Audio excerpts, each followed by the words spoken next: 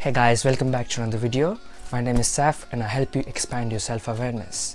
So in this video we are going to look at how to take control of your life and what causes us, what kind of mental state or thinking that causes us to think like we don't have any control of our lives and feel very powerless. So the mentality that makes us feel like that we have no control over things is victim mentality. Now let's understand what is a victim mentality. Victim mentality is a personality trait or some sort of identification of or consideration that we are victim to our situations, we are victim to the people that have done us wrong, or we are in a perpetual victim cycle, or a victimization in a sense that we think like life is unfair and we are in an inescapable reality, that we are in a perpetuity of patterns and thoughts happening again and again, and we feel like we have no control over it. It could be a series of unfavorable circumstances or unfavorable situations that we face in our lives that makes us feel like we are in this perpetuity and we can't escape this. Maybe things went wrong in the past, maybe things didn't work out, maybe you had a heartbreak, or maybe you lost trust on someone. Now there is a cognitive method to break the patterns of thought and come out of it. In major cases, things have gone wrong. Maybe some trauma happened 10 years ago that you are still beating yourself up for it. Maybe something happened in your past about 20 years ago and you're still feeling like a victim to that particular situations, and you have a hard time letting it go. So now how do we get past this situation of feeling like a constant victim to our situations and to the reality that we live in? I will share with you 9 actionable steps that you can take to break this pattern and gain your sense of control and also become free from your own prison of your mind. So the first step I would recommend you to take is stop blaming others. Now somebody who thinks, an individual who thinks is a victim starts to blame external situations, people, circumstances, or things that is not in his own control, and externalizes his own power by blaming others. In this situation, ask yourself some genuine questions and look in the mirror and really ask what is really in my control and why I am looking to blame others for my own sort of misfortune, quote unquote, or my circumstance. You cannot control the behaviors of others, but you can have a control over your own responses and your own awareness. You always have a choice to be responsive than reactive. Blaming others may give you temporary relief, but in the long run it will only bring more shame and guilt that will feed into this same thing that we are talking about, which is victim mentality. The second thing I would say to you guys is start taking ownership and responsibility of your life. Work through your strengths and weaknesses. Hold yourself accountable to yourself.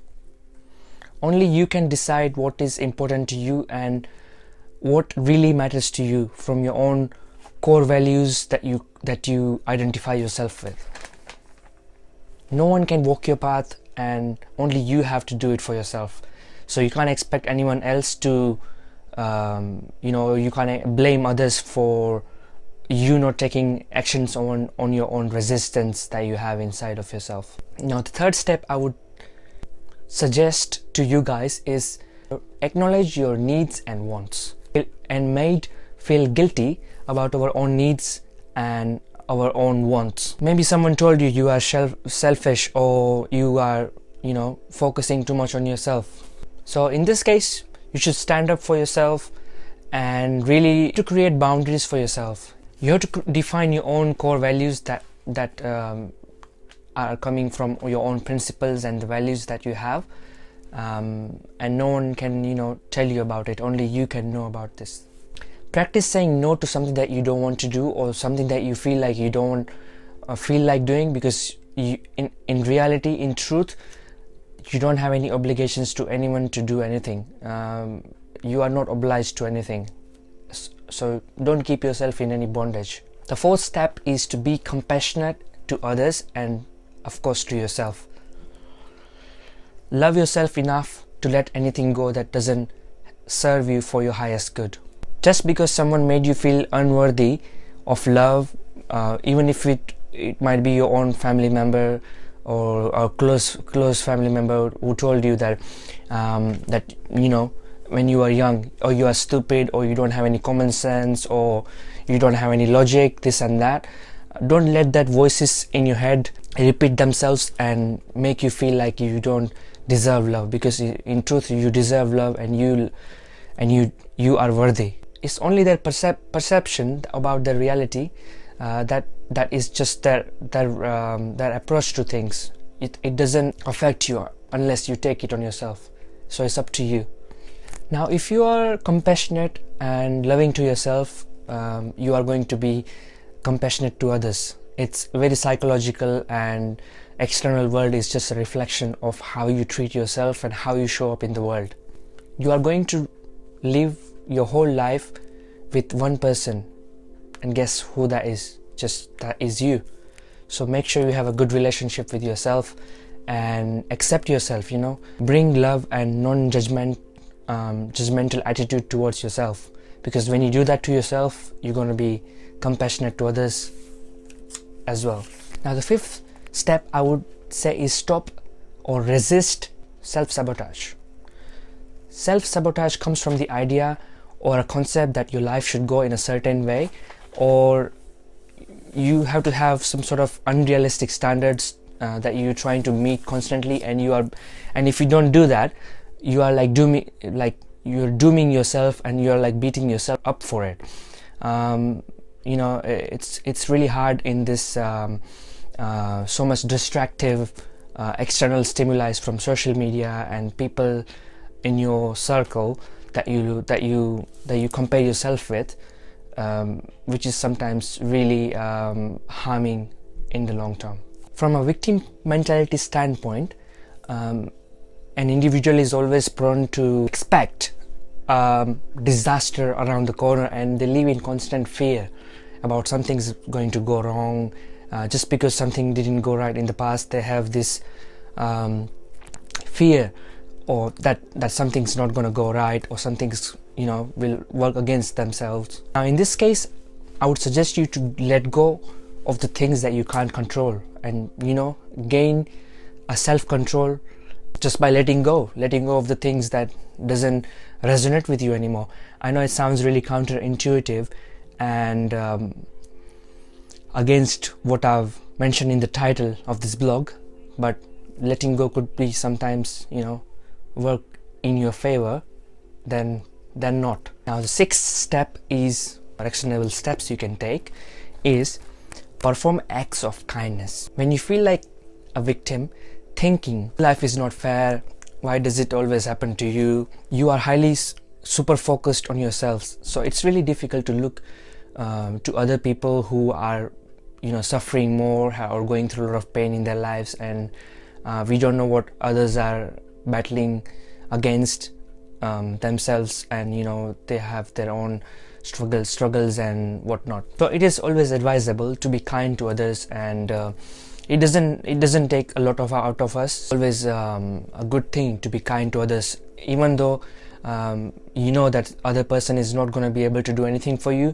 but still you go there, you don't expect anything in back, and you just give, because giving gives you more fulfillment. When you are fulfilled and you are giving to others, it's an amazing feeling. I can't start to explain that. Look to people who are less fortunate than you, and who are in constant struggle or pain, and there's a lot happening on this planet. You don't know, so it's always good to be kind to others. The seventh step I would recommend you guys to take is practice gratitude. It is impossible to feel like a victim if you are thankful for things, if you are in a gratitude state of being. There's a quote that I wrote, which is, when I started counting my blessings, my whole life turned around. Always look for how far you have come in your life, than to be looking in the future and how far you want to go. Even if something happened wrong in the past that you think is negative on the surface, maybe it taught you some life lesson, maybe it made you a bit stronger, maybe it gave you some new perspective to go further with your life. So always be grateful for even the hardest of life experiences, because you don't know how it is shaping you and making you a better person. Just by you being there and you being present, and giving a good positive perspective to it, it changes everything. Now the eighth step, and one of the most important one that people have hard time is forgive and let go. When you hold resentment, anger, frustration, grudges towards others who have hurt you, or even if they have done wrong to you, you feel controlled. In a sense, your brain is having a control over you. Learn to let go and forgive, and cut the energetic cords between you and the other person or a situation that you feel like is holding you back. I understand at first when you hear forgive, it was like, why would you forgive them? It's not for them. You would forgive them, but it's not for them. It's for you, for your own healing, for your own peace of mind, and for your own sense of well-being. We have to understand that everyone is doing their best at where they are in life, from their own level of consciousness or their own level of awareness of themselves. Forgiveness is not a weakness.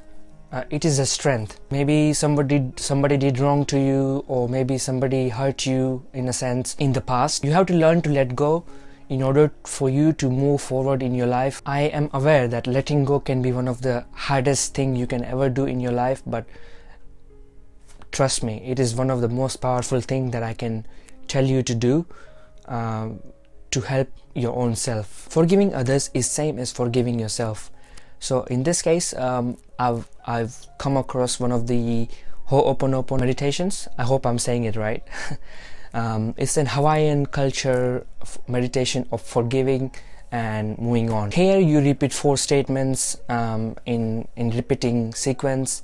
The first one is repentance, where you say, I am sorry. Secondly, you ask for forgiveness, where you say, please forgive me. Third statement is out of gratitude, saying thank you. And fourth one is love, coming out of love, which says I love you. Now you can listen to this meditation that I've created this week. I will leave the card on the top over here, I suppose, one here or here, and or you can find one of the same meditations on YouTube. Search Ho'oponopono meditation and it will come up. Now the 9th step, and the last but not the least, is practicing meditation and mindfulness. And this is one of the most powerful ways to polish your awareness and bringing the unconscious part of yourselves that you have never addressed, and bringing them to the surface and working through them. Have a meditation practice where you close your eyes and think about the past, think about the source of negativity, source of victimization, situations that made you feel like you are still in that pattern of thought where you can't break out from. Perhaps you were bullied in school, perhaps you were made fun of one of your special gifts or your uniqueness that you put out into the world earlier, and maybe they didn't understand it, but it's okay. Find the underlying source of the negativity and victimization events that happened to you that made you feel like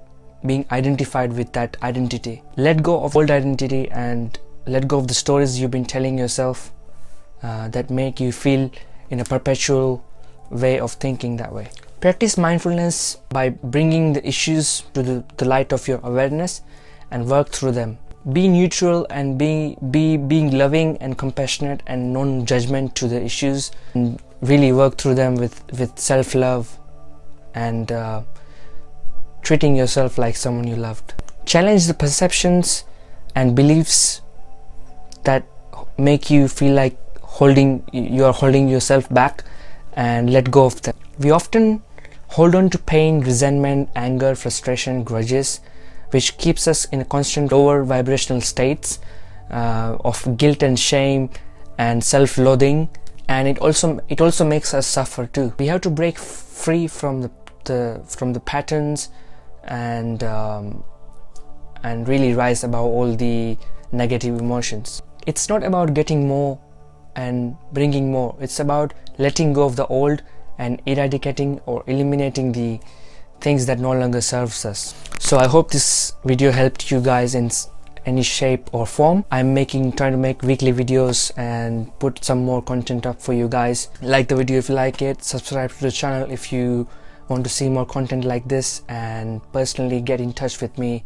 on Instagram. I'll put the link in the description, and also check the full blog post that I have made about this video in my website. I'll put the link in there as well. So until then, I'll see you guys in the next video. Much love and peace.